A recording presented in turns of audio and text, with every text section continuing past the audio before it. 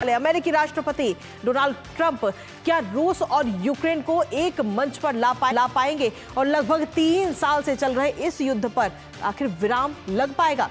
चर्चा करेंगे, लेकिन उससे पहले ग्राफिक्स के जरिए आपको दिखाते हैं कि यूक्रेन के राष्ट्रपति व्लादिमीर जेलेंस्की ने रूस के सामने आखिर क्या ऑफर रखा है, क्या है उनका शांति प्रस्ताव, उस पर डालते हैं। तो जेलेंस्की की तरफ से ये बड़ा ऑफर है। यूक्रेन जो है वो जंग रोकने की दिशा में ये बड़ा कदम उठाता हुआ इस वक्त नजर आ रहा है और ये ऑफर दिया गया है रूस से जमीन के अदला बदली को शांति जो है वो तैयार है, यानी कि अदला बदली अगर करते हैं तो जो 3 साल पहले से जो युद्ध जारी है वो उसके खत्म होने की संभावनाएं हैं। रूस के साथ शांति वार्ता हो सकती है, हालांकि इसके लिए अब जो पहल है, जो पहला कदम है वो यूक्रेन की तरफ से उठाया गया है। इसके साथ ही इस वार्ता में कुर्स्क क्षेत्र को वापस देने की पेशकश करते हुए कहीं ना कहीं राष्ट्रपति नजर आएंगे, यूक्रेन के जो राष्ट्रपति हैं वो नजर आएंगे। और ऐसे में 6 महीने पहले कुर्स्क क्षेत्र पर कब्जा किया गया था यूक्रेन की तरफ से, और अगर ये शांति वार्ता सही रहती है तो वो जो कुर्स्क क्षेत्र है वो रूस को वापस कर दिया जाएगा, जिस पर 6 महीने पहले कब्जा किया गया था यूक्रेन की तरफ से। जेलेंस्की 14 फरवरी को अमेरिकी उपराष्ट्रपति से मुलाकात भी करेंगे और ऐसे में कहीं ना कहीं अमेरिका की तरफ से भी सीधे तौर पर देखा जाए तो एक मंच पर लाने की कोशिश होगी। जेडी वेंस के साथ म्यूनिख सिक्योरिटी कॉन्फ्रेंस में ये मुलाकात होगी और इस मुलाकात के अपने आप में कई सारे मायने हैं, क्योंकि अमेरिका की तरफ से लगातार ये कहा गया कि जल्द ही इस युद्ध को खत्म किया जाएगा। जंग रोकने के लिए सुरक्षा की गारंटी जेलेंस्की चाहते हैं अमेरिका से, यानी कि अमेरिका गारंटी ले कि यूक्रेन सुरक्षित रहेगा। ये गारंटी की बात कही गई। यूक्रेन को फिर से डेवलप करने पर भी सीधे तौर पर फोकस है। हमारे साथ में हमारे सहयोगी अमित मुखर्जी से जुड़ गए, सीधा उन्हीं का रुख करेंगे।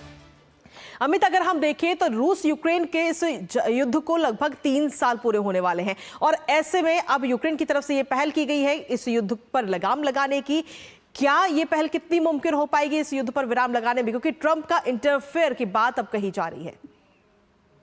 देखिए कृतिका, जहां तक यूएस का सवाल है, वो एक हमेशा से बड़ा प्लेयर रहा है। ये जो यूक्रेन और रशिया के बीच में जो युद्ध चल रहा है, इसमें पहले जो है यूएस जो है लगातार आर्म्स सप्लाई करे जा रहा था, पर 20 जनवरी के बाद जब से ट्रंप एडमिनिस्ट्रेशन इंचार्ज हुए हैं, राष्ट्रपति ट्रंप अपना ऑफिस संभाले, उसके बाद आप जो देख रहे हैं इनका पूरा नैरेटिव बदल चुका है। अब वॉर को बढ़ावा देने की जगह में बार बार यूक्रेन के ऊपर यही प्रेशर डाली जा रही है कि वो एक समझौता कर ले।